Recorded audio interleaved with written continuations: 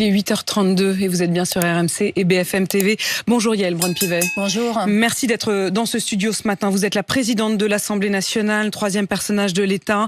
Ce gouvernement qui a donc été dévoilé ce week-end, qui commence à faire ses premiers pas, passera-t-il l'épreuve de l'Assemblée? On va y revenir avec vous, avec plusieurs étapes à venir. Le discours de politique générale, le vote du budget, la question aussi des équilibres au sein de ce gouvernement. Mais j'aurais voulu commencer par vous faire écouter les mots de Gérald Darmanin hier, le ministre de l'Intérieur sortant, qui s'est exprimé sur le perron du ministère de l'Intérieur, et voilà ce qu'il a dit. Je m'appelle Gérald Moussa Jean Darmanin.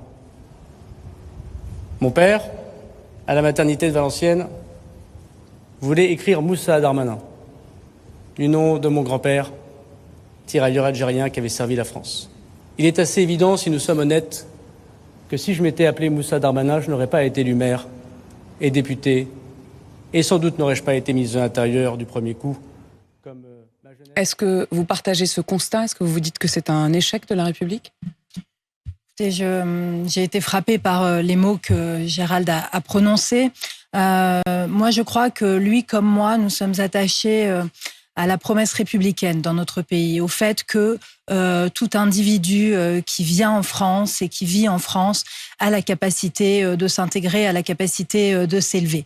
Il parle de son grand-père, moi je parle souvent de mon grand-père à moi, qui lui est venu en France avec un visa touriste avant-guerre, qui s'est battu pour la France aussi, qui a été médaillé de la Résistance et dont la petite fille aujourd'hui est présidente de l'Assemblée nationale et vous l'avez rappelé, quatrième personnage de l'État.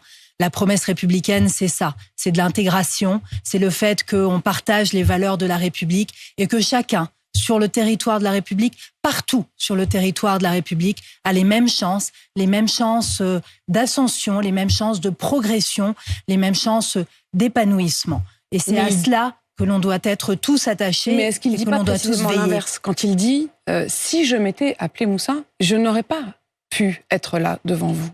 Moi, je ne le crois pas, cela. Je crois que la France permet justement à chacun d'avoir cette ascension.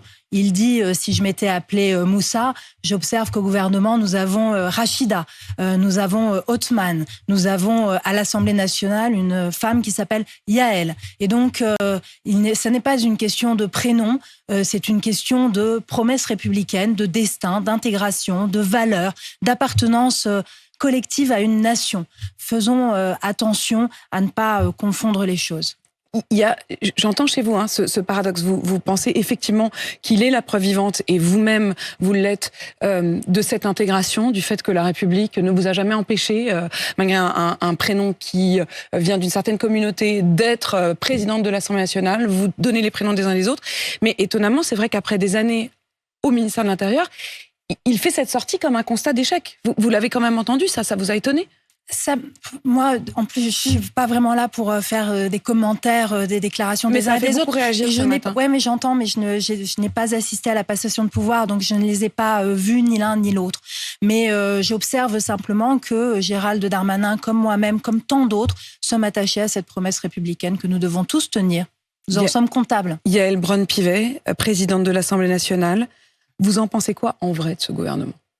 En vrai, moi je parle toujours vrai. Moi je vois un gouvernement qui est composé de beaucoup de talents, beaucoup de promesses, mais qui ne pourra rien faire seul. Parce que je commence à entendre aussi les déclarations des uns et des autres.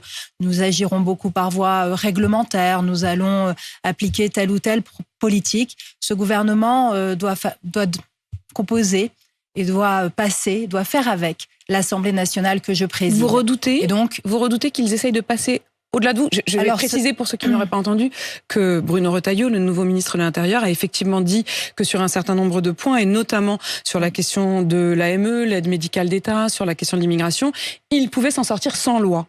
Bien, moi, vous le mettez en garde ce matin. Je serai très attentive à cela. Le Parlement ne sera pas contourné. L'Assemblée nationale doit être consulté, doit être associé, doit être pleinement dans l'exercice de ses prérogatives constitutionnelles. C'est ça le respect de l'état de droit. Et moi j'entends beaucoup, ça va être difficile à l'Assemblée nationale. Mais vous savez, pour moi l'Assemblée nationale n'est jamais le problème. L'Assemblée nationale c'est la solution. L'Assemblée nationale c'est là où siègent les représentants du peuple. Et donc nous avons été élus, nous sommes là par la volonté des Français. Et moi j'entends que le gouvernement qui vient d'être nommé et dont je souhaite, mais vraiment profondément, la réussite pour notre pays et pour nos compatriotes, j'entends que le gouvernement respecte le Parlement dans toutes ses prérogatives et donc qu'il l'associe pour construire des politiques qu'il souhaitera mener.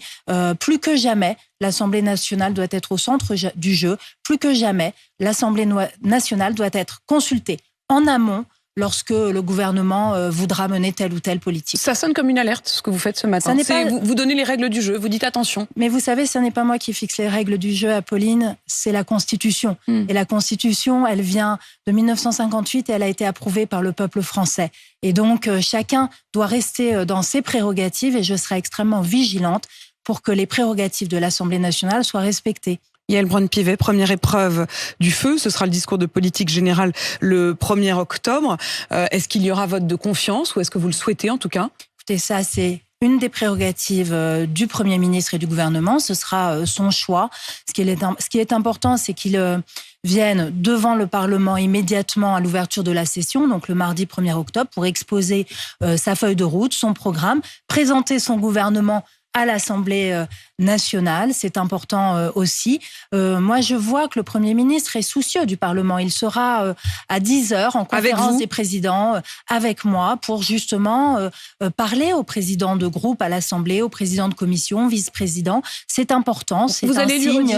Vous allez lui redire tout ça. Vous le voyez donc en effet dans 2 heures. Bien sûr, je lui redirai quelle doit être la place du Parlement. Je lui redirai qu'il convient d'associer les parlementaires dès l'origine. Et puis je lui redirai aussi et surtout qu'il y a des textes qu'il nous importe de réinscrire rapidement à l'ordre du jour de notre Assemblée. Il y a la loi de programmation agricole. J'en parle beaucoup parce qu'elle est importante. Et donc, nos agriculteurs l'attendent et il faut absolument que nous poursuivions son examen. Il y a la loi fin de vie. J'y suis. Nous y sommes particulièrement attachés. Les débats ont été interrompus par la dissolution. Moi, j'avais présidé la dernière séance le vendredi qui avait précédé la dissolution jusqu'à minuit. Les débats étaient respectueux. C'est un texte qui est attendu par les Français. Et donc, je souhaite qu'il soit réexaminé à l'Assemblée nationale avant la fin de l'année. Nous sommes prêts. Le texte est prêt. Et donc, il faut y aller. Vous êtes plutôt Didier Migaud ou Bruno Retailleau ? Je n'ai à l'être ni l'un ni l'autre. Vous savez, la protection de nos compatriotes, la sécurité et la justice, ce sont 2 faces d'une même pièce, sont indissociables. Nos forces de l'ordre ont besoin travaillent sous l'autorité du procureur de la République. Donc, ça n'est pas étanche. Et nous avons besoin d'avoir une police qui soit efficace, renforcée dans ses missions. Et nous avons besoin d'une justice indépendante qui puisse juger et ensuite appliquer les peines qu'elle prononce. Mais est-ce que vous ne redoutez pas, est-ce que vous ne redoutez pas, Yaël Braun-Pivet, qu'on se retrouve avec le pire du et en même temps, c'est-à-dire 2 ministres qui tirent à bien. On peut même entendre. Tiens, écoutons leurs propos dès hier soir à 20h interposés. On sentait qu'il fallait que chacun pose les limites. Écoutez. Bien entendu, il y a le volet judiciaire, la justice. Parce que ça sert à rien d'appréhender des malfaiteurs si ensuite ils sont relâchés. Ça sera le dossier de mon collègue Didier Migaud. Mais vous allez inviter le garde des Sceaux Didier Migaud à être ferme ? C'est pas à moi de l'inviter, mais on va discuter ensemble. La justice est indépendante dans notre pays et que c'est quelque chose qui est essentiel dans une démocratie. Donc j'aurai un certain nombre d'échanges avec Bruno Retailleau. J'y suis prêt. Le et en même temps un peu quand même. Et pour moi, ça n'est pas le en même temps. Comme je vous le disais, ce sont des domaines qui sont intimement liés et qui vont ensemble. Après, sur les grands principes, nous sommes tous d'accord. Évidemment qu'il faut arrêter tous les malfaiteurs. Évidemment qu'il faut qu'il y ait des sanctions qui soient prononcées et qui soient exécutées rapidement. Mais vous savez, ça, c'est Beccaria dès le début, dès l'origine de la question des délits, des peines et de la répression. Donc en fait, ne refusons pas des vieux débats. Il faut avoir une police et une justice qui marchent main dans la main et qui soient efficace. Ce que nos compatriotes attendent, c'est qu'il n'y ait pas d'impunité. Donc qu'il y ait des peines qui soient prononcées et qui soient exécutées. Il ne s'agit pas d'empiéter sur l'indépendance de la justice, qui est un des fondements de l'état de droit auquel nous sommes évidemment tous considérablement attachés. La question de l'exécution des peines, sur le fond, on a le ministre de l'Intérieur qui, dans le journal Le Figaro ce matin, évoque le modèle du Pays-Bas. Le Pays-Bas, c'est exactement l'inverse de nous. C'est-à-dire, nous, si on reçoit une peine de moins d'1 an de prison, elle n'est pas exécutée. Elle n'est que du sursis. Aux Pays-Bas, ils ont choisi de faire l'inverse, c'est-à-dire que vous pouvez avoir des peines parfois de 3, 4, 5 ou 10 jours de prison.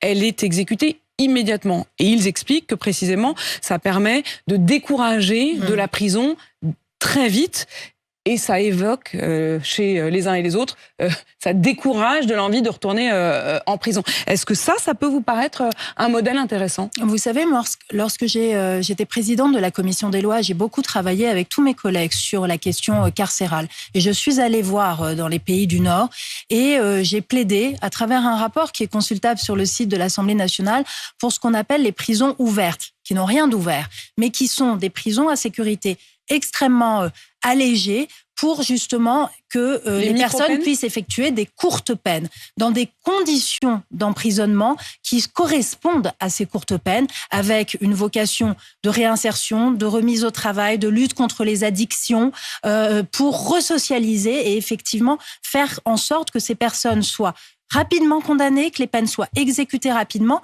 mais qu'elles ne soient pas dans un milieu carcéral délétère. Aujourd'hui, ces courtes peines en France sont plutôt exécutées dans les maisons d'arrêt, qui sont pour la plupart surpeuplées, dans lesquelles nous ne pouvons pas faire ce travail très rapide de lutte contre l'addiction, etc. Donc elles ne sont pas exécutées, sauf lorsque les personnes sont interpellées dans ce qu'on appelle en flagrant délit et qu'elles font l'objet de comparution immédiate. Et là, elles peuvent faire des courtes peines, mais nous, on n'a pas souhaité, pendant le précédent quinquennat, que ces courtes peines soient développées parce que les conditions d'incarcération ne sont pas les bonnes. Et donc, ce n'est pas efficace. Vous n'êtes donc pas contre cette idée que Bruno Retailleau évoque de l'application des courtes peines ? À partir du moment où les conditions d'incarcération correspondent à ces profils et ces courtes peines. Si c'est pour aller incarcérer ces personnes dans des maisons d'arrêt surpeuplées à 180% de détention, ça ne marchera pas. Yael Braun-Pivet, ce matin, j'avais avec moi sur RMC le maire de Mazamet. Mazamet, où a eu lieu une agression homophobe contre un jeune de 17 ans. C'était samedi. Il s'est fait tabasser, poursuivre jusqu'à l'hôpital par des membres de la famille de ces agresseurs. Des agresseurs d'ailleurs très jeunes. Le maire de Mazamet parle de délinquants de génération en génération, d'une couche de délinquance, comme il dit, qui passe entre les mailles du filet, précisément. Écoutez. Il représente en fait une sorte de couche de délinquance qui n'est quasiment jamais traitée. Alors peut-être parce que les textes et les lois sont mal faits, peut-être parce que la justice manque de moyens ou n'en fait pas une priorité. Nous, on fait ce qu'on peut avec nos effectifs de police municipale pour quadriller le terrain, pour les gêner le plus possible, les policiers nationaux aussi. Mais vous avez toute cette série quotidienne d'actes qui sont des actes délictueux, qui n'est jamais, quasiment jamais sanctionné. Donc ils ont un sentiment d'impunité totale. Sentiment d'impunité, d'une délinquance quasiment du quotidien. C'est inexact. Il faut arrêter d'avoir, je suis désolée, des visions... Qui stigmatise non mais... C'est des visions qui sont trop binaires. La justice n'est pas laxiste. Arrêtons ces vieux débats. La justice n'a jamais été aussi sévère qu'aujourd'hui. Elle n'a jamais eu autant de moyens et on peut saluer l'action du garde des Sceaux, Éric Dupond-Moretti, qui a réussi à obtenir un budget de la justice qui a augmenté de plus de 30%, avec beaucoup plus de magistrats, de greffiers, d'assistants de justice, etc. Donc, arrêtons avec ces vieux débats. Parlons français et surtout... Mais lui, il raconte ce qu'il voit dans sa ville. Oui, mais c'est pas parce que vous voyez qu'il y a une agression à un endroit que vous pouvez en déduire et généraliser le fait que la justice est laxiste. Il connaît les agresseurs et qu'il les connaît de génération en génération. Qu'il y ait des difficultés, il faudrait être aveugle pour ne pas les voir. Qu'il y ait des choses à régler, il faudrait être naïf pour ne pas le penser. Pour autant, ne jetons pas le bébé avec l'eau du bain. Ça n'est pas comme ça qu'on résout les problèmes des Français en étant caricatural. Donc moi, j'entends ces problèmes de délinquance des mineurs. Mais vous savez, on a adopté un certain nombre de loi sur la délinquance des mineurs. Nous avons considérablement progressé, nous avons raccourci les délais de jugement, nous avons une meilleure prise en charge. Donc, continuons dans ce sens-là, travaillons sur effectivement les premières incarcérations et surtout la première interpellation. Moi, c'est ça qui m'intéresse, au-delà de l'incarcération, c'est de se dire qu'il faut absolument qu'il y ait un premier avertissement au premier acte délictueux. Premier avertissement ne veut pas dire immédiatement incarcération du mineur. Il faut toujours avoir cette vision qu'il s'agit de jeunes, d'adolescents, de personnes en construction. On ne peut pas traiter un jeune de 13 ans comme on traite quelqu'un de 30 ans. Ça paraît être une évidence, mais je crois qu'aujourd'hui, il faut encore et encore le rappeler. Yael Braun-Pivet, les impôts, est-ce qu'il faut faire payer les plus riches et les entreprises les plus rentables? Est-ce qu'il faut envisager cette contribution au minimum exceptionnel dans la période? Alors moi, j'ai toujours plaidé pour de l'équité fiscale, de l'équité en termes d'imposition. C'est important parce qu'au moment où nous avons des finances publiques qui, après la crise du Covid, après l'Ukraine, après les problèmes énergétiques se sont dégradés, il nous faut faire un effort collectif, faire un effort commun, et cet effort collectif, il doit être justement partagé, sinon nos compatriotes ne le comprendraient pas. Justement partagé, est-ce que ça veut dire qu'en effet, il faut cibler les plus riches, et d'ailleurs, à partir de combien on est riche? Mais moi, j'ai toujours plaidé plutôt pour que l'on travaille d'une part sur les niches fiscales et qu'on regarde, et tout le monde est d'accord pour dire qu'il y en a sur le revenu. Beaucoup de niches fiscales et qu'il faut faire une revue de tout cela pour regarder ce qui marche, ce qui ne marche pas, là où on peut faire des économies, là où être plus efficient, sans jamais toucher à l'investissement. Nous avons besoin d'investissement, mais nous avons besoin d'une croissance. Mais ça veut dire que je comprends bien, Yael Braun-Pivet, que vous n'envisagez pas une hausse de l'impôt sur le revenu, éventuellement l'ISF? Moi, je ne suis pas pour défaire ce que nous avons fait. Donc, la politique fiscale et la trajectoire que nous avons eue depuis 7 ans est la bonne. Elle produit des résultats. Maintenant, s'il faut ajuster de ci, de là, faisons-le, regardons-le. Donc moi, j'avais parlé des rachats d'actions, on avait parlé des taxations, des super profits. On peut regarder les niches fiscales, mais veillons à ne pas déséquilibrer ce que nous avons fait et veillons à avoir toujours de l'équité dans ce que nous faisons. Rachat d'actions, super profit, niche fiscale, je n'entends en effet ni impôt sur le revenu, ni ISF. Oui, ni impôt sur les sociétés. C'est ma position aujourd'hui. Maintenant, je vous rappelle, et je reboucle avec ce que je vous disais au début de cette interview, Madame de Malherbe, je pense que le Parlement a toute sa place dans ce débat. Vous êtes prête à en discuter, donc vous êtes prête vous-même à évoluer.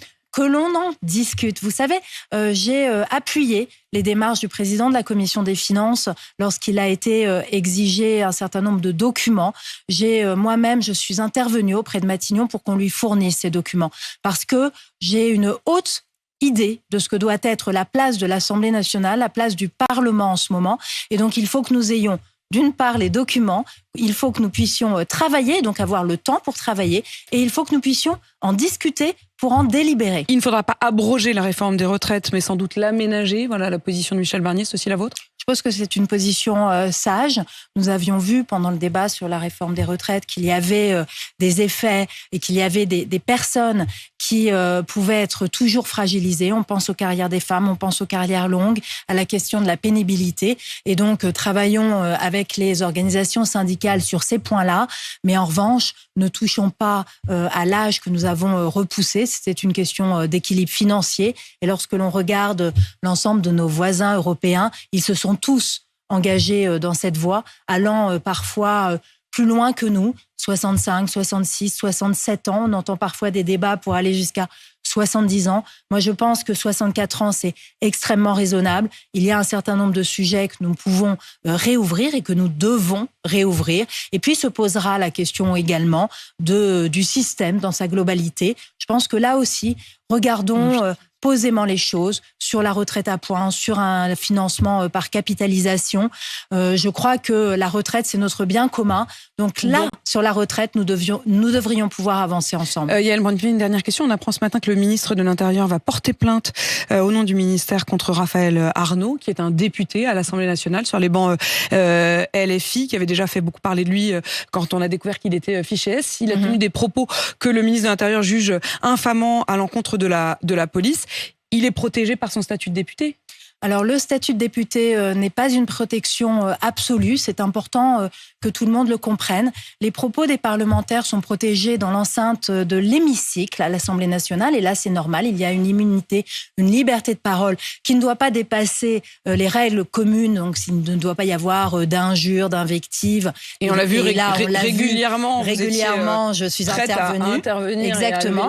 En revanche, à l'extérieur de l'hémicycle, le député est une personne comme les autres. Il n'a pas de protection parlementaire particulière. Estime que la police est insultée. Mais porte plainte contre un député. En tout cas, il est dans son droit de le faire. Le député n'est pas au-dessus des lois. Moi, j'ai vu des députés se mêler à des manifestations interdites avec leurs écharpes. L'écharpe n'est pas un bouclier d'immunité lorsque vous êtes député. Au contraire, je pense que nous avons un devoir d'exemplarité. Nous représentons la nation et nous devons avoir un comportement irréprochable, quel que soit le lieu où nous nous trouvons, que nous soyons à l'Assemblée nationale ou à l'extérieur. Merci Yaël Braun-Pivet d'avoir répondu à mes questions ce matin. Vous êtes la présidente de l'Assemblée nationale, bien sûr, et vous demandez à ce que l'Assemblée soit consultée régulièrement et qu'elle puisse jouer son rôle. Il est 8h53 sur RMC BFM TV.